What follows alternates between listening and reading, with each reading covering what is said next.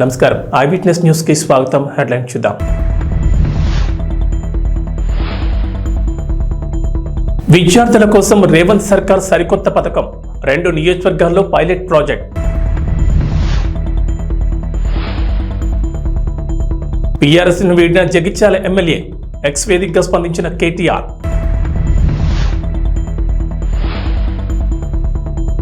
ఎర్రచందనం smuggling కట్టడిపై Pawan focus, తాగునీటి సరఫరా సహా పలు అంశాలపై సమీక్షలు.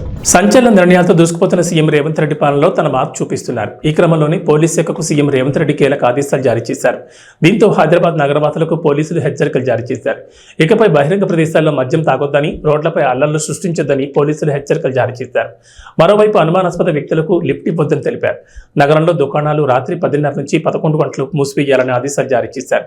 ఇక నుంచి గంజాయి సరఫరాదారులను, గంజాయి తీసుకునే వారిని వదిలిపెట్టేది లేదని, అర్ధరాత్రి జులైగా ఎవరైనా తిరిగితే కఠిన చర్యలు తీసుకుంటామని పోలీసులు హెచ్చరికలు జారీ చేసినట్లుగా తెలంగాణ కాంగ్రెస్ తన అధికార ట్విట్టర్లో ఓ పోస్టర్ని విడుదల చేసింది. హైదరాబాద్లో ఇటీవల హత్యాయత్నాలు జరగడం, పలు చోట్ల భూమి తగాదాలు, ఘర్షణలు, పట్టపగలు, రాత్రిళ్లు దొంగతనాలు లాంటి వరుస ఘటనలు చోటు చేసుకుంటుండడం, రాత్రిళ్లు పలు చోట్ల యువత బైక్ రేసింగ్లతో రచ్చ చేస్తుండడం, గంజాయి వినియోగం విపరీతంగా పెరిగిపోతుండటంతో సీఎం రేవంత్ రెడ్డి నగరంపై ప్రత్యేక దృష్టి సారించినట్లు తెలుస్తోంది. ఈ మేరకు పోలీసులకు ప్రత్యేక ఆదేశాలు జారీ చేసినట్లు సమాచారం. బీఆర్ఎస్ జగిత్యాల ఎమ్మెల్యే ఎం సంజయ్ కుమార్ కాంగ్రెస్ తీర్థం పుచ్చుకోవడంపై పార్టీ వర్కింగ్ ప్రెసిడెంట్, మాజీ మంత్రి కేటీఆర్ ఎక్స్ వేదికగా స్పందించారు. 2004-6లో కాంగ్రెస్ ప్రభుత్వం అధికారంలో ఉన్నప్పుడు కూడా ఇదే విధంగా ఎమ్మెల్యేలు పార్టీని వీడారని అన్నారు. ఆ తర్వాత ప్రజలు పెద్ద ఎత్తున ఉద్యమించడంతో కాంగ్రెస్ ప్రజా తీర్పునకు తలవంచాల్సి వచ్చిందని వ్యాఖ్యానించారు. చరిత్ర పునరావృతం అవుతుందని, అధికారంలో ఉన్న వారి కంటే ప్రజల అధికారమే గొప్పదని వ్యాఖ్యానించారు. తెలంగాణలో అధికారానికి దూరమైన బీఆర్ఎస్ ను కీలక నేతలు వెడుతున్న విషయం తెలిసిందే. కారు దిగిన అనేక మంది కాంగ్రెస్ లేదా బీజేపీ కండువ కప్పుకుంటున్నారు. ఆదివారం జగిత్యాల ఎమ్మెల్యే సంజయ్ కుమార్ కూడా బీఆర్ఎస్ కు గుడ్ బై చెప్పేశారు. సీఎం రేవంత్ రెడ్డి నివాసంలో కాంగ్రెస్ కండువ కప్పుకున్నారు. సీఎం ఆయన్ను పార్టీలకు సాధారణంగా ఆహ్వానించారు. ఈ చర్యతో మొత్తం 5 బీఆర్ఎస్ ఎమ్మెల్యేలు కాంగ్రెస్ కూటికి చేరారు. కీలక నేతలు పోచారం శ్రీనివాసరెడ్డి, దానం నాగేందర్, కడియం శ్రీహరి, తెల్లం వెంకట్రావు హస్తం పార్టీలో చేరిపోయారు. ఏపీ డిప్యూటీ సీఎంగా బాధ్యతలు స్వీకరించిన పవన్ కళ్యాణ్ పాలనలో తనదైన ముద్ర వేస్తున్నారు. ఇప్పటికే తాగునీటి సరఫరా సహా పలు అంశాలపై సమీక్షలు నిర్వహించిన పవన్ తాజాగా ఎర్రచందనం స్మగ్లింగ్ మీద ఫోకస్ పెట్టారు. డిప్యూటీ సీఎం హోదాతో పాటుగా పంచాయతీరాజ్, గ్రామీణాభివృద్ధి, అటవీ, పర్యావరణ, సైన్స్ అండ్ టెక్నాలజీ మంత్రిగా పవన్ కళ్యాణ్ ఉన్నారు. ఈ నేపథ్యంలో ఇప్పటికే గ్రామీణ నీటి సరఫరా, సైన్స్ అండ్ టెక్నాలజీ శాఖల మీద సమీక్షించిన పవన్ కళ్యాణ్ తాజాగా అటవీ శాఖపై దృష్టి సారించారు. ఈ క్రమంలోనే ఎర్రచందనం స్మగ్లింగ్ మీద పవన్ కళ్యాణ్ కీలక ఆదేశాలు జారీ చేశారు. ఎర్రచందనం స్మగ్లింగ్ అరికట్టేందుకు టాస్క్ ఫోర్స్ ను బలోపేతం చేస్తామని స్పష్టం చేశారు. అలాగే ఏపీ నుంచి నేపాల్కు తరలిపోయిన ఎర్రచంద్రాన్ని వెనక్కి తీసుకురావాలని అధికారులకు సూచించారు. నేపాల్లో 172 మెట్రిక్ టన్నుల ఎర్రచంద్రం దొరికిందన్న పవన్ కళ్యాణ్ ఏపీ నుంచి అక్కడికి అక్రమంగా తరలించిన ఎర్రచంద్రాన్ని వెనక్కి తెప్పించే ప్రయత్నం చేయాలని అధికారులను ఆదేశించారు. మరోవైపు కాలుష్య నియంత్రణకు ప్రత్యేక డ్రైవ్ చేపట్టాలని ఆదేశించారు. కృష్ణా, గోదావరి నదీ జలాల కలుషితం కావడం మీద ప్రత్యేకంగా సమీక్ష జరుపుతామని పవన్ కళ్యాణ్ స్పష్టం చేశారు. ఏపీలో చంద్రబాబు సర్కార్ మరో ముఖ్యమైన కార్యక్రమానికి శ్రీకారం చుట్టింది. రాష్ట్ర వ్యాప్తంగా ప్రజల సమస్యల పరిష్కారమే లక్ష్యంగా ప్రజా సమస్యల పరిష్కారం కోసం పబ్లిక్ గ్రీవెన్స్ రెడ్రెసల్ సిస్టమ్ మీకోసం పేరుతో వెబ్ పోర్టల్ను ప్రారంభించింది. నేటి నుంచి రాష్ట్ర వ్యాప్తంగా అన్ని కలెక్టరేట్లలో, ఎస్పీ కార్యాలయం, నియోజకవర్గ స్థాయి మున్సిపల్ కార్యాలయాల్లో, మండల కేంద్రాల్లోని తహసీల్దార్ కార్యాలయాల్లో సంబంధిత అధికారులు ప్రజల నుంచి వినతులు స్వీకరిస్తారు. ఎవరైనా అర్జీలు ఇవ్వాలనుకుంటే ఖచ్చితంగా ఆధార్, ఫోన్ నెంబర్ ఇవ్వాల్సి ఉంటుంది. దరఖాస్తును ఆన్లైన్లో నమోదు చేసి ఓ నెంబర్ కేటాయిస్తారు. ఆ నెంబర్ ఆధారంగా సమస్య పరిష్కారం ఏ దశలో ఉందో తెలుసుకునే అవకాశం కల్పించింది ప్రభుత్వం. అంతేకాదు, అర్జీ అందజేసిన వారికి ఫోన్ లేకపోతే రక్త సంబంధికులకు చెందిన ఫోన్ నెంబర్ ద్వారా నమోదు చేసుకోవచ్చు. అన్ని జిల్లాల్లో సంబంధిత అధికారులు ప్రజల నుంచి అర్జీలను స్వీకరిస్తారు. ప్రజలు ఈ అవకాశాన్ని ఉపయోగించుకోవాలని ప్రభుత్వం సూచించింది. గత ప్రభుత్వ హయాంలో స్పందన పేరుతో ప్రతి సోమవారం ఈ కార్యక్రమాన్ని నిర్వహించారు. ఇప్పుడు పేరును మీకోసంగా మార్చింది ప్రభుత్వం. ప్రజలకు మరింత చేరువయ్యేలా నూతన విధానాన్ని అందుబాటులోకి తీసుకొచ్చారు. ఎలాంటి లోపాలకు అవకాశం లేకుండా ఈ కార్యక్రమాన్ని సమర్థవంతంగా నిర్వహించాలని ప్రభుత్వం అధికారులను ఆదేశించింది. తిరుమల శ్రీవారి భక్తులకు గుడ్ న్యూస్. సోమవారం దర్శన టికెట్లు, వసతి గదులు ఆన్లైన్లో నేడు విడుదల కానున్నాయి. సెప్టెంబర్ నెలకు సంబంధించిన 300 ప్రత్యేక ప్రవేశ దర్శన టికెట్ల కోటాను జూన్ 24న ఉదయం 10 గంటలకు టీటీడీ ఆన్లైన్లో అందుబాటులో ఉంచనుంది. భక్తులు దర్శన టికెట్లు బుక్ చేసుకోవాలని టీటీడీ సూచించింది. అంతేకాదు, తిరుమల తిరుపతిలో సెప్టెంబర్ నెల వసతి గదుల కోటాను ఇవాళ మధ్యాహ్నం 3 గంటలకు ఆన్లైన్లో విడుదల చేస్తారు. మరోవైపు ఈ నెల 27న తిరుమల తిరుపతి శ్రీవారి సేవ కోటాను ఉదయం 11 గంటలకు విడుదల చేస్తారు. అలాగే నవనీత సేవ మధ్యాహ్నం 12 గంటలకు, పరకామణి సేవ మధ్యాహ్నం 1 గంటకు ఆన్లైన్లో అందుబాటులో ఉంటాయి. భక్తులు దర్శన టికెట్లు, వసతి గదులు, సేవా కోటాను బుక్ చేసుకోవాలని టీటీడీ కోరింది. తెలంగాణ మాజీ ముఖ్యమంత్రి బీఆర్ఎస్ అధినేత కె చంద్రశేఖరరావుకు వ్యవసాయం అంటే ఎంత ఇష్టమో ప్రత్యేకంగా చెప్పాల్సిన పని లేదు. ఏమాత్రం తిరిగి సమయం దొరికినా ఆయన డైరెక్ట్గా ఎర్రవల్లిలోని తన వ్యవసాయ క్షేత్రానికి వెళ్ళిపోతారు. ఒక రైతుగా తన ఫామ్ హౌస్లో రకరకాల పంటలు పండిస్తారు. గతంలో ఆయన తన వ్యవసాయ క్షేత్రంలో పసుపు, వెల్లుల్లి, ఆలుగడ్డలు, క్యారెట్, క్యాప్సికం క్యాప్సికం వంటి డిమాండ్ ఉన్న పంటలు పండించారు. ఈ విషయాన్ని స్వయంగా ఆయనే వెల్లడించారు. ఇక అసెంబ్లీ ఎన్నికల్లో ఓటమి తర్వాత నేరుగా ఫామ్ హౌస్కు వెళ్లిపోయిన కేసీఆర్ అక్కడ కాలు జారిపడిపోయిన సంగతి తెలిసిందే. ఆ తర్వాత ఆయన తుంటి ఎముకకు సర్జరీ జరగా కోలుకునే సమయంలోనూ ఆయన వ్యవసాయ క్షేత్రంపై ప్రత్యేక దృష్టి పెట్టారు. గజ్వేల్లోని ఓ ఫర్టిలైజర్ యజమానికి ఫోన్ చేసి ఈసారి బొప్పాయి, పుచ్చకాయ తదితర పంటలు పండించేందుకు కావలసిన విత్తనాలు పంపించాలని కోరారు. అందుకు సంబంధించిన ఆడియో సోషల్ మీడియాలో వైరల్ గా మారింది. తెలంగాణలో సరికొత్త పథకాలతో తనదైన మార్పు చూపిస్తూ రేవంత్ రెడ్డి సర్కార్ ఇప్పుడు మరో కొత్త పథకాన్ని అమలు చేసేందుకు కసరత్తు చేస్తోంది.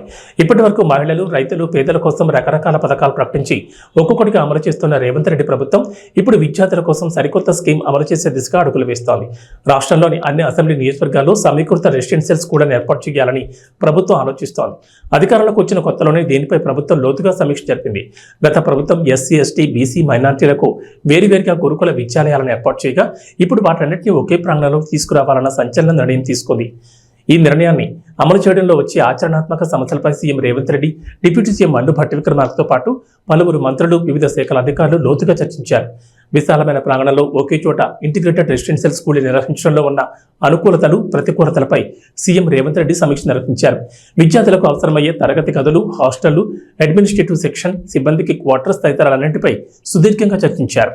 అడ్వాన్స్ బుకింగ్స్ లో కల్కి 2898 ఏడీ సినిమా దుమ్ము రేపుతోంది. టికెట్లు క్షణాల్లోనే అమలవుతున్నాయి. ప్రభాస్ సినిమాకి బుకింగ్స్ విషయంలో ఎప్పుడూ డోకాలేదు. కానీ ఈ సినిమాకు అంతకు మించి బజ్ ఉండడం విశేషం. ఇక తాజాగా కల్కి మేకర్స్ ప్రభాస్, దీపికా పదుకోని, కమల్ హాసన్, అమితాబ్ బచ్చన్, నిర్మాతలు స్వప్న దత్, ప్రియాంక దత్తుల ప్రత్యేక ఇంటర్వ్యూని విడుదల చేశారు.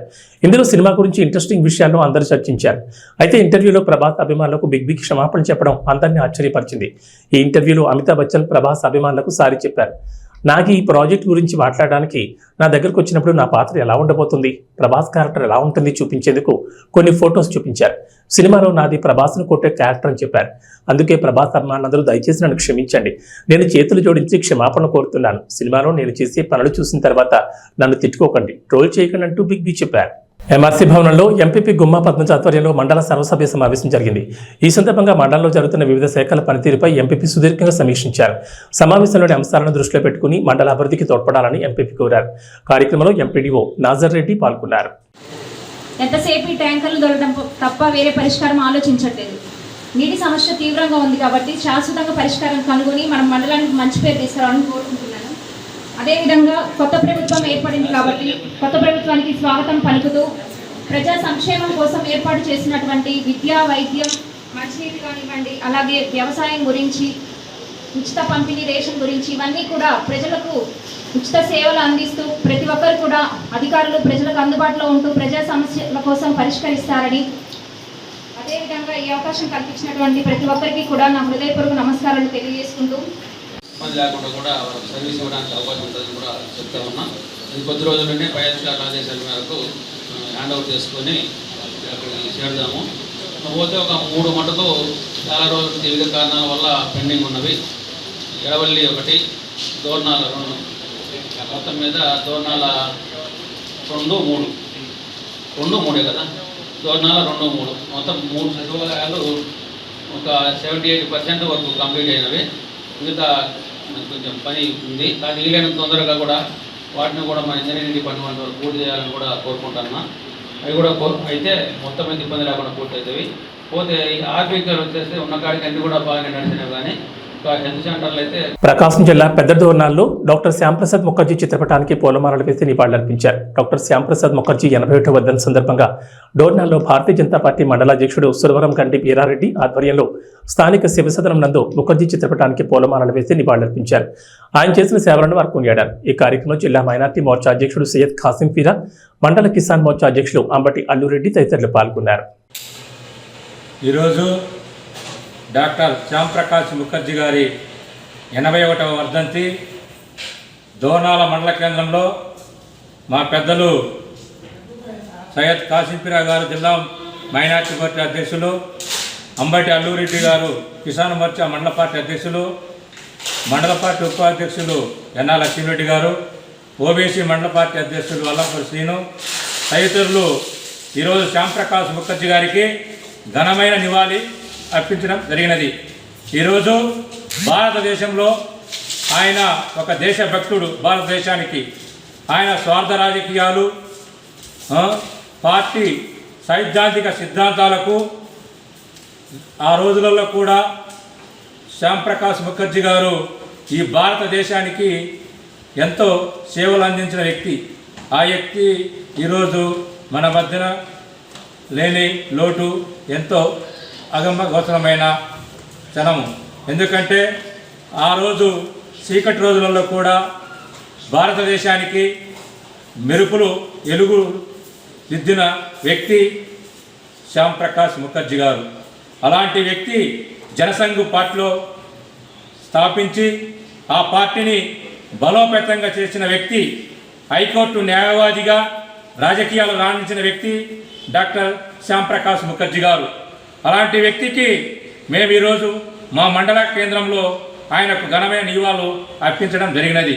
ఈ యొక్క అవకాశం ఇచ్చిన పెద్దలందరికీ నా యొక్క ఉదయపూర్వక ధన్యవాదాలు. శ్రీ సత్యసాయి జిల్లా పుట్టపర్తి నియోజకవర్గం ఆమడుగురు మండల కేంద్రంలోని జెడ్పీహెచ్ స్కూల్ నందు శ్రీ మాతృశ్రీ వృద్ధాశ్రమ ఆధ్వర్యంలో ఉచిత మెగా వైద్య శిబిరం నిర్వహించారు. Saptagiri medical college research centre super speciality వైద్యులచే general surgery, Divyaksha general medicine, నాల్పుటిల్ orthopaedic, echo technicians Anushka, Aishwarya, అలాగే హాస్పిటల్ మేనేజ్మెంట్ ఆలూరు శేఖర్, జయవర్ధన్ గౌడ్, నాగేష్ కుమార్, బెంగళూరు సహకారంతో అమడగూరులో ఉచిత మెడికల్ క్యాంప్ మెగా వైద్య శిబిరాన్ని జెడ్పీహెచ్ స్కూల్లో ఆదివారం ఉదయం 9 గంటల నుంచి సాయంత్రం 3 గంటల వరకు నిర్వహించారు. సామాజిక సేవకుడు, అఖిల భారత freedom fighter Shahid Tipu Sultan United front జాతీయ అధ్యక్షులు ఉమర్ ఫారూక్ ఖాన్ అధ్యక్షతన జెడ్పీహెచ్ స్కూల్లో ఘనంగా నిర్వహించారు. ఈ ఉచిత మెగా హెల్త్లో భాగంగా సహాయ సహకారాలు, సేవలు అందించారు. Manjulavani, Ramu, B Murthy, Suryanarayana, medical store story, D Ashok, Somashekhar, reporter tailor Ramanjulu, V Ramanji, హరిక్, జీకేపల్లి, ఆశ్రమ నిర్వాహకురాలు మరియు కుటుంబ సభ్యులు ఇతరులు పాల్గొన్నారు. ఈ సందర్భంగా పలువురు మాట్లాడుతూ Saptagiri medical college research centre super speciality వైద్యశాల వారికి ధన్యవాదాలు తెలిపారు. ఆశ్రమ నిర్వాహకులు అరుణజ్యోతి మాట్లాడుతూ ఇక ముందు కూడా మెడికల్ క్యాంపులు, సామాజిక సేవలు కొనసాగించాలని, సేవలను ప్రజలు సద్వినియోగం చేసుకోవాలని విజ్ఞప్తి చేశారు. Saptagiri medical college research centre super speciality వైద్యశాల బెంగళూరు వైద్యులు దాదాపు 150 నుంచి 200 మందిని దాదాపు 5,000 రూపాయల echo, ECG, cardia, fitness, BP, sugar ఉచితంగా నిర్వహించారు. అలాగే 20 మందిని బెంగళూరు సప్తగిరి సూపర్ స్పెషాలిటీ వైద్యశాల ఇతర పరీక్షల నిమిత్తం రిఫర్ చేశారు. ఆశ్రమ నిర్వాహకురాలు అరుణజ్యోతి మరియు ముఖ్య అతిథులందరూ కలిసి సప్తగిరి సూపర్ స్పెషాలిటీ వైద్యశాల డాక్టర్లకు, సిబ్బందిని గౌరవించి సన్మాన కార్యక్రమం నిర్వహించారు. ఈ ఉచిత వైద్య శిబిరానికి అందరూ ఆశ్రమ నిర్వాహకులు, బంధువులు, మిత్రులు, ఆమడుగురు ప్రజలు, చికిత్స కోసం వచ్చిన వారందరూ కలిసి ఈ సామాజిక సేవా కార్యక్రమాన్ని విజయవంతంగా పూర్తి చేశారు.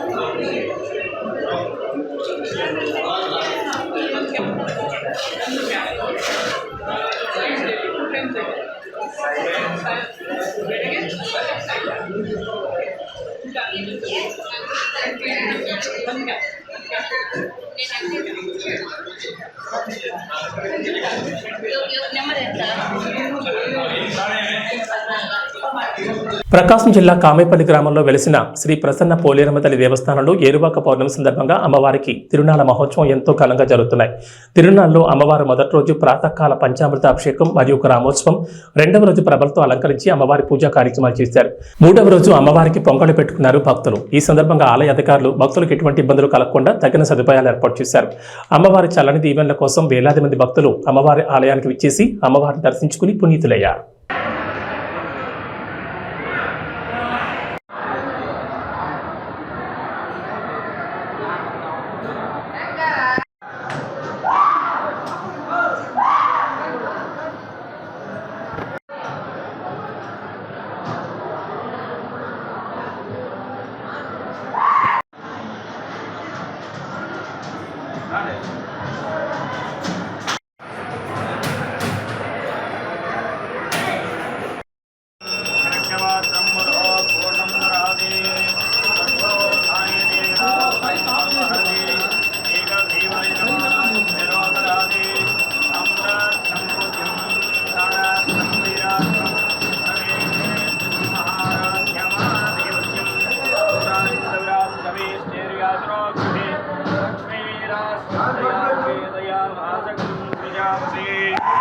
మండలం కామేపల్లి గ్రామంలో వేయించేసి ఉన్నటువంటి శ్రీ పోలేరమ్మ తల్లి దేవస్థానంలో జ్యేష్ఠ పౌర్ణమి ఏరువాక పౌర్ణమి సందర్భంగా అమ్మవారికి తిరునాళ్ల మహోత్సవ సందర్భాలు జరుగుతూ ఉన్నాయి.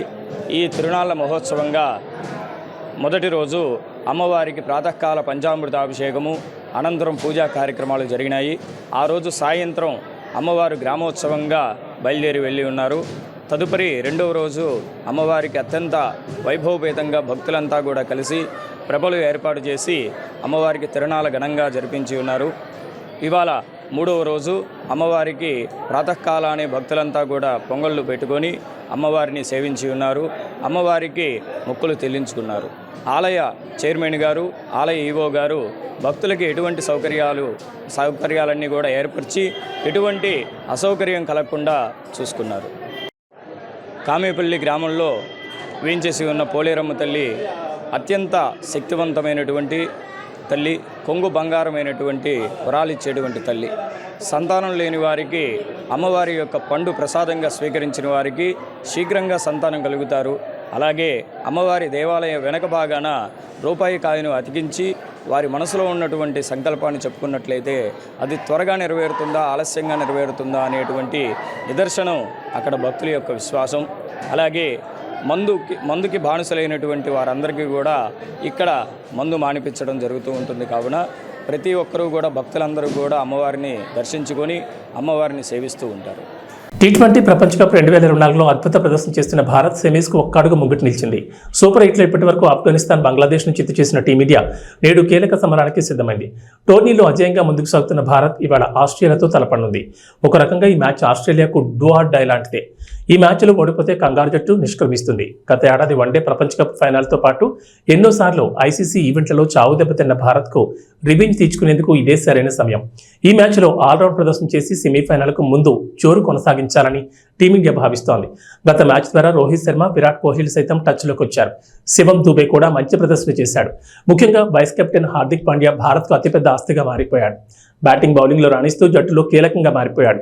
రిషబ్ పంత్, సూర్యకుమార్ యాదవ్లు స్థాయికి తగ్గ ప్రదర్శన చేస్తే భారత్కు తిరిగి ఉండదు. బౌలింగ్ విషయానికి వస్తే సూపర్ 8 మ్యాచ్ల ద్వారా టోర్నీలోకి ఎంట్రీ ఇచ్చాడు కులదీప్. అనుకున్నట్లుగానే కీలక సమయాల్లో వికెట్లు తీస్తూ ప్రత్యర్థి బ్యాటర్లకు కళ్లెం వేస్తున్నాడు. జస్ప్రీత్ బుమ్రా, హర్షదీప్ సింగ్లు కూడా వికెట్ల వేటలో ముందున్నారు. ఇవి బులెటిన్ విశేషాలు. నమస్కారం.